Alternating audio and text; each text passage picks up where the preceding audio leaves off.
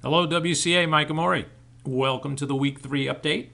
I have little clips from your own games, and what I will do this week is add to the blog in writing some of the key ideas that we're learning from these games. You know, be careful in chess because you learn sometimes don't move the same piece twice in the opening, but other times you see masters do it.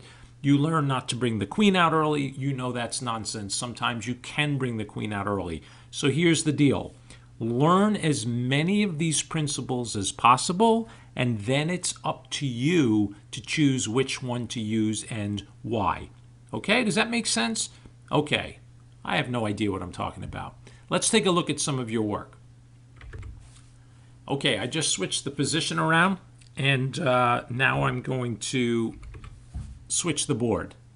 I know you guys are very impressed by just how fast that's done. So we have Kavya playing the white pieces against Hannah, and Kavya is playing what's known as the Ruy Lopez. That's when this bishop here attacks the knight on move 3. And we just have some standard developing moves. Bishop c5 can be played here. Castle, knight f6, knight c3. At our level, guys, you really don't need to worry about the names of these openings so much, just as long as you're following the basic opening principles. You're developing the pieces. Maybe you're connecting your rooks. Your king is castled. You have escape squares. You kind of need to prepare yourself for the middle game. And that's normally done by developing all the minor pieces, controlling the center, blah, blah, blah. But every now and then, you're going to enter crazy town. And I'm going to show you what I mean by that in a minute. Not in this game. So far, the players are just playing standard moves. So white is already castled, black castles. Sounds good. Pawn to d3 to develop the queen's bishop. Pawn to d5, a break in the center. Okay, looks pretty good to me. Why not? A nice pin. And now here, Hannah played a move that made me bark. I have a neighbor's cat. It just ran away when I barked. The reason I barked was, and it's really not a bad move. Let me turn the board over. But here in this position, I think maybe she was afraid of this pin and being too much pressure on d5.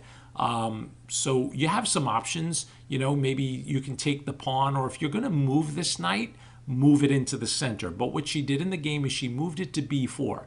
And whenever there's like some sparks in the board, you know, like Hannah played d5. That creates a little bit of energy here. You see the tension between the pawns? And then how did Kavya respond? She responded by pinning the knight. Me personally, I mean, I've never done any acting before, but I kind of pretend the pieces can talk. I know it sounds crazy, but they can talk. What just happened on the last two moves? There was a pawn break in the middle. What's a pawn break? When a wedge is present and a pawn attacks that wedge from the side. Oh, I didn't mean to do that. Sorry. What did white answer that with? By pinning the knight. Pretend you're acting. If this is a play, is it getting more exciting or less exciting? To me, it's more exciting because there's drama, there's tension, there's attack, there's defense. So for Hannah, what I would suggest the next time she gets a position like this, if the position is heating up a little bit, don't play a move like knight b4 because it's not really attacking anything that white's worried about. Play a move that puts a little bit more energy in your game. If you're going to move that knight, where else could you move it? You can always pause your video. How about knight to d4? It's just an idea. Don't worry about who's better or who's winning. It's the idea of keeping the pieces really, really, really active. Make sense? Okay, let's take a look at another. Okay, here is one from Emerson and Ben P. Ben, in this position, played a very, very interesting move. This could become like a four knights position. He played the move g6, which is a fianchetto. I think everybody knows that word by now. And a fianchetto is basically when you develop your bishop from the short side or from the long diagonal, but from the bishop's short side. You see how there's only 3 squares here, but if you look at the longer diagonal, there's a total of 6. So when he plays g6, he wants to fianchetto that bishop. Okay? So d3 was played. Sounds pretty good to me. You can play it. The only issue with d3, Mr. Emerson, is it kind of locks in your light squared bishop. Not the end of the world. We've already discussed how bishops, if they can't get out to the longer squares, maybe they can tuck themselves in, and then later in the middle game, it would be up to white to turn this into a stronger piece. Okay? So another way to play instead of d3 is maybe play d4 and open the game up. That might be a more exciting way because you can break the center and then at the same time give that bishop a couple of more options. But no worries. Hey, d3, it's very solid. Bishop to g7, so Ben is following his idea. Emerson develops his bishop. Knight goes to e7. This is kind of cool game, right? How they're setting up their pieces. Cackle, cackle. That's right, I said cackle. Okay. Bishop e3. Looks like really good chess. d5. A capture. Capture. Pawn takes. Queen takes. And it's at this point I want to talk about Emerson's move c4, which we all know why he played it. He's attacking Big Mama here on d5. However, much later in the game, there could be an issue with this pawn, the one on d3, because it has a name now. I think Ben moved his queen back to d6. I'm going to highlight this pawn right now by turning it green. The reason I did that is because this has a technical name. This is known as a backward pawn. And I'll put this in the blog. Please try to pick up these little terms as we go along this year. A backward pawn is a pawn that's behind one of his friends. You see how this pawn is on the 4th rank and the pawn I highlighted is on the 3rd? The pawn I'm talking about also lives on a half-open file, and if it tries to advance, it's going to run into a very good chance of getting captured. I mean, look at black. The bishop, the queen, the knight, and the pawn all attack the d4 square. So that means later in this game, if white tries to push that pawn, there's a very good chance it's going to get captured for free. Does that make sense? Now, can you play a position with a backward pawn? Of course. But I just want to make you aware of these things so that as you keep improving, your head is filling up with really, really good stuff. Like learning about the New York Mets. What could be better than that, right? The Mets just won the World Series. They just beat the Red Sox. How cool was that? Let's look at something else. Okay, here's Mari and Arjun. Now, I have to say something to all of you. When I point out some of the moves that you're making, and if some of them seem like, what are you doing? Just picking on my mistakes? No, I'm not. I'm going over these games as if you were all masters because I'm learning myself. So little by little, we're really going to improve at chess. So Mari with the white pieces. She plays bishop to b5. This is a 4 knights game. Arjun doesn't like the bishop, so he kicks it. It comes to c4, bishop to c5. All looks good. Castle. d6 developing, d3 developing, and in this position, just a little pointer. It's black's turn. You see the bishop up here on c8? He moved it. How many legal moves does that bishop have? Pause your video. Now, come on, you don't have to pause your video. Count them. 5. 1, 2, 3, 4, 5. Do you see that you're going to lose a piece if you put it on f5? And you're going to lose it if you put it on h3, correct? All right, if you had to give it away, which one would you choose, f5 or h3? Me, I would put it on h3 and open up the king. I mean, it's still a bad move, but, if I had to play it, I would do that. Anyway, where would you put the bishop? Okay, in the position, Arjun put it on d7. And again, pretend you're an actor in a play, or you're a sports hero about to enter the big game.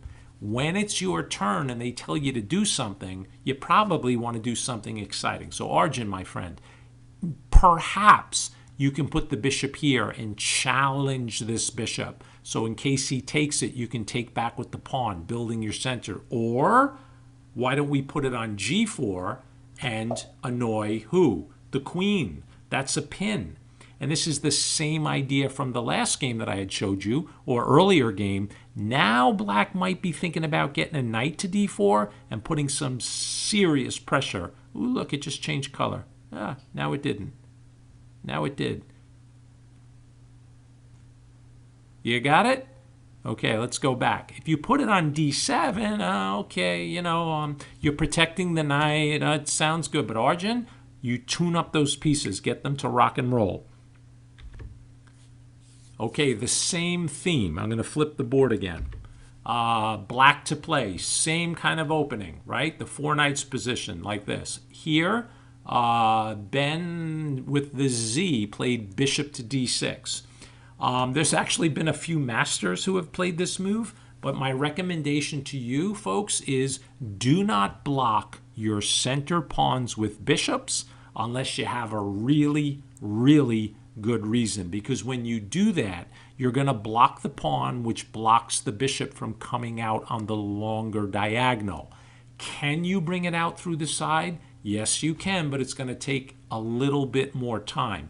Plus, the bishop on d6 right now doesn't really do much other than protect those pawns. So here, this pawn was already protected by the knight, so perhaps we can bring it out and get it out there cooking a little bit, all right? I don't know why I'm using all these terms. I'm getting hungry. I think that's what it is. Okay, let's get over to the queen pawn openings now. This was a fantastic game. Really well played between Navaneeth and Luca. Actually, the colors were the other way. Luca had the white pieces. This bishop move on move 2, this is known as the London system, has become very, very popular over the last, I don't know, maybe the last 5 or 6 years. A lot of top grandmasters, including the world champion, Magnus Carlsen, has been playing this move, bishop f4. The idea of the move is for white to set up this pawn chain. You see those 3 pawns in a row with this bishop outside of the chain. You guys see that? Okay. If I back it up, if I play the move e3 now, do you see how the bishop is blocked? You can do it. It's not the end of the world. But what Luca did is he played bishop to f4. Navaneeth played knight to c6. As you advance, you're going to learn that this knight c6 move, in the queen pawn opening, you have to be careful with that because it's blocking your natural pawn break. We'll get to these ideas slowly. Oh, I don't want that to happen. Okay? So when you block the c pawn, it's funny that Luca and his sister Sophie, now you know about Luca, right? He's the one that's always pulling the hair. Yeah, be careful with him. He kicks under the table too. So watch out for him. Both Sophie and Luca had the white pieces on Sunday, and they both had their opponents block the c-pawn with the knight, as you'll see, as I'll show you Sophie's game in a moment. Okay, so e3, developing. Knight f6, knight f3, bishop f5, knight to d2. This is the instructive moment here. Why does Luca put the knight on d2 and not c3? Because he has 2 reasons. One, if black ever does decide to break here, he can support his center with the move c3, or he wants to play the move c4 himself to break the black center. Does that make sense to everyone? Yeah, every time I move a piece, it bounces around. That's why the knight is on d2 and not c3. Pawn to e6. Navaneeth wants the dark squared bishop out. And now Luca pins the knight. Bishop comes out. I love this move. He's challenging Luca's bishop, and Luca decides to jump the knight into the board because why? This knight is attacked. It's pinned. What do we do to pin pieces? We put more pressure on them. Navaneeth does not like this knight so deep in his territory, so he trades it off. Luca takes with the bishop. We have a castling, and here Luca castles. One idea besides castling might be to now trade the light squared bishop. The reason is, after the trade, it creates a broken pawn structure over here, and more importantly, a weak square. You see how I highlighted that c5 square? Now, who knows the definition of this kind of square?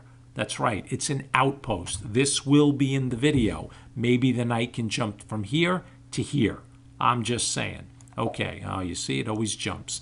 There you go. So maybe Luca could have went for that trade. Instead, he just backed up his bishop. I'm sorry, he castled. And we have this set up here. And then Navaneeth took his bishop off. And that doubled his pawns, attacking the knight. And here, Navaneeth jumps the knight into the center. I think he would have gotten a little more juice if he put the knight on g4, because now you have an issue with this pawn. You need to protect this guy if you don't want to lose it. How do you do that? You really can't play f4. Do you see why? Yeah, you'll lose the pawn in the middle. So I'm just going to show you a couple of more moves. It went into e4. There was a capture, attacks the bishop. Bishop goes to f5, and now the rooks start coming in. Why would he play rook e1? I don't know. Maybe he wants to push this pawn and break in the middle. Very well played game. c6 chasing the bishop, and the bishop challenges his friend up there on f5. So I just want you to stare at this position for a minute, because I'm going to cut the game here, because I need to clip the video at some point. You guys see it? Looks like two masters playing chess. Material is equal. Kings are safe. They're both thinking about breaking open the files. Really well played game. Okay. Okay, welcome to Crazy Town. Last game of the video. Here, Sophie has the white pieces. This same exact opening. The London system being played by Daniel. New student this term. Going to be a really, really good player, Daniel. So Daniel with black plays knight c6. And again, as you get higher rated and more informed about chess, in the queen pawn openings, you're going to learn to maybe leave that c pawn free to break the center or to protect your center pawn. There is a difference between the queen pawn and the king pawn. So Sophie develops. I'm sorry, she played knight f3, knight f6, and now we just have a series of developing moves. And now bishop to d7. Again, could the bishop get a little more juice if it came out? I think so. Knight goes to d2, pawn to e6. Bishop to e2, maybe can go to d3, not sure, you know, but bishop e2 looks fine. Now the challenge. Sophie backs the bishop up. So what she's looking to do is she wants Daniel to take so she can take back with her h-pawn, opening the rook. He doesn't think that helps his position, so he castles. And then Sophie jumps into the middle. Here's where the tactics start. The knight jumps in, and Sophie decided in this position to take off the light squared bishop. This is an interesting decision because right now you have to ask yourself, which piece is stronger, the knight here on e5 or the bishop up here on d7? Right now, yeah, I don't know. I might want to leave this knight here. And if you're worried about dealing with this knight, you know, there's ideas of maybe kicking it. And just in case this gets captured, you take back and the file opens, or, you know, something else. I'm not 100% sure we want to grab this one. But she does. And then Daniel takes on g3. What happened here was we walked right into Crazy Town. What do I mean by that? Probably best for white is to simply take this knight, opening the h-file to the black king. Notice that Sophie hasn't castled yet. So with a little bit of work, perhaps she can castle queenside and use this file to attack the black king. But here she went for tactics.